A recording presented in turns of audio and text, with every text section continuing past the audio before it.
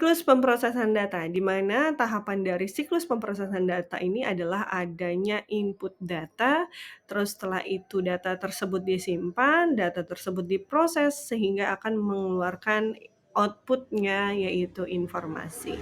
Nah, jadi siklus pemrosesan data ini seperti awal kemarin sudah saya sampaikan terkait dengan ada input, ada proses, ada output, ada feedback sebenarnya. Dari output itu merupakan menjadi sebuah bahan evaluasi untuk diinformasikan lagi ke dalam input datanya.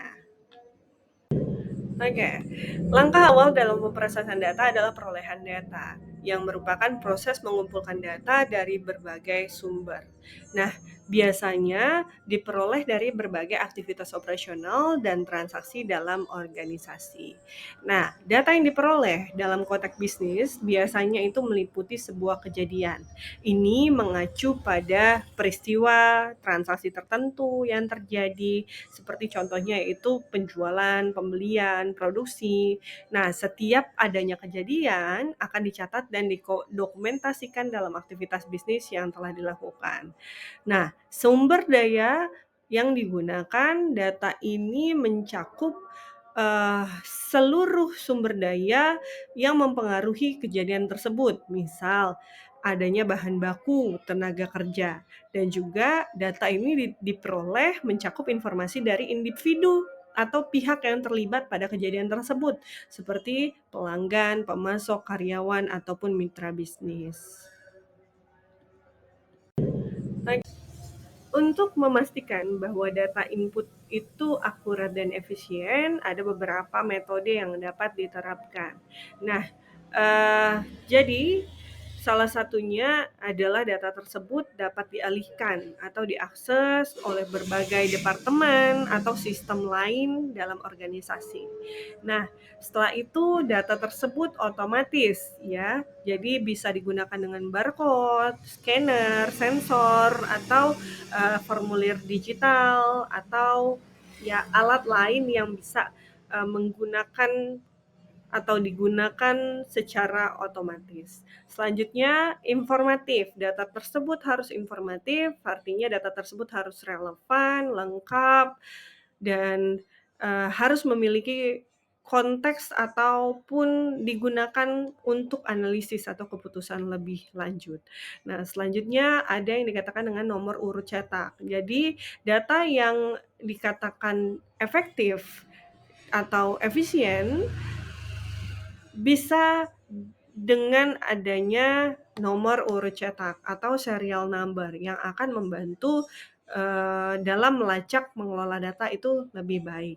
Nah, ada juga nomor urut yang digunakan untuk identifikasi dengan secara unik sehingga meminimalisir adanya duplikasi informasi atau duplikasi data dalam uh, pemrosesan tersebut. Nah, selanjutnya ada verifikasi transaksi. Nah, kalau misalnya verifikasi transaksi ini memastikan bahwa data yang dimasukkan benar dan sesuai dengan sumber asli atau standar yang telah ditetapkan.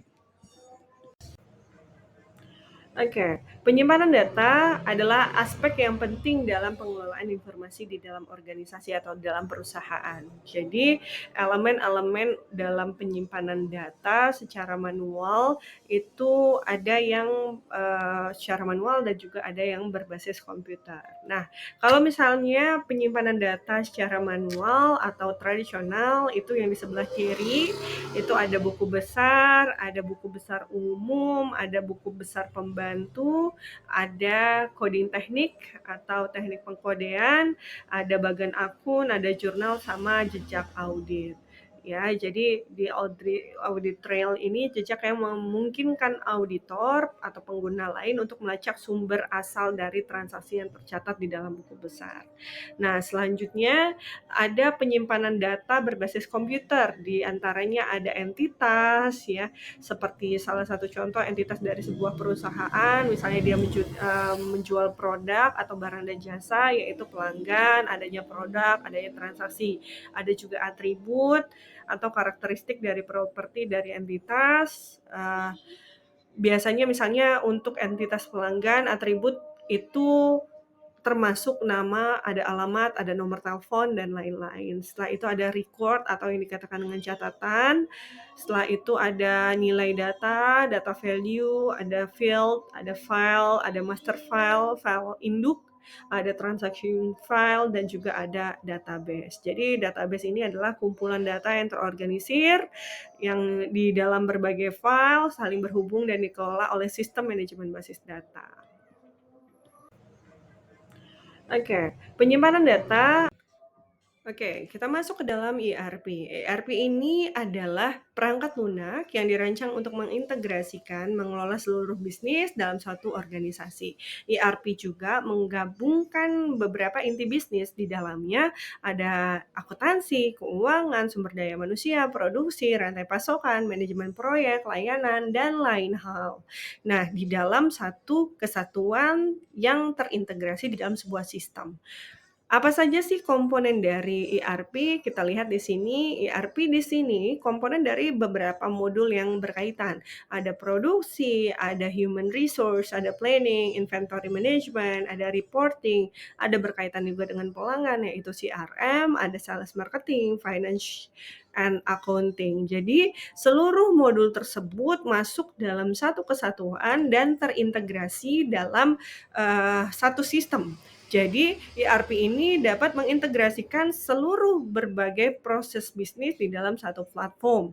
Nah, apa sih manfaat dari ERP? Otomatis kalau misalnya memang sudah terintegrasi dalam satu sistem, dia akan efisiensi di dalam operasional perusahaannya. Terus setelah itu bisa juga transparansi, ada juga ERP ini dapat mengupdate dengan cepat ya, berkaitan dengan adanya penambahan modul ataupun fitur baru sesuai dengan kebutuhan perusahaan. Nah, contoh-contoh ERP yang kita ketahui salah satunya ada misalnya SAP, ada Oracle, ada juga Odoo, ada Epicor, dan lain-lain. Jadi ERP ini sebenarnya salah satu alat yang penting bagi organisasi untuk meningkatkan efisiensi dan juga integrasi dalam proses bisnis mereka. Jadi mereka dapat lebih efektif sehingga bisa juga dengan menggunakan ERP ini menjadi nilai tambah dan juga daya saing dari kompetitor lainnya. Baik, itu saja materi yang dapat saya sajikan. Mudah-mudahan bermanfaat. Saya akhiri. Wabillahi taufiq wal hidayah. Wassalamualaikum warahmatullahi wabarakatuh.